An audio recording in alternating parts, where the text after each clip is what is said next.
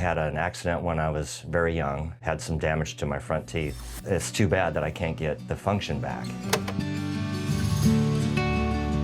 Knowing that I'll never have a caramel apple or corn on the cob again, I noticed then, especially in social settings, when I would laugh, a hard laugh, and you just want to laugh and smile big, I would catch myself from doing that because I was instantly aware of the compromised smile I had, especially aesthetically. I was concerned that it was going to be another experience where I just had incremental improvement but not really get to goal.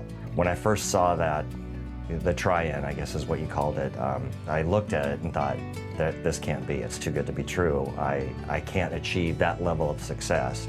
When I saw the permanent result, it was a very emotional moment, like I'd been waiting for so many years, and this is really happening, so it hit me pretty hard.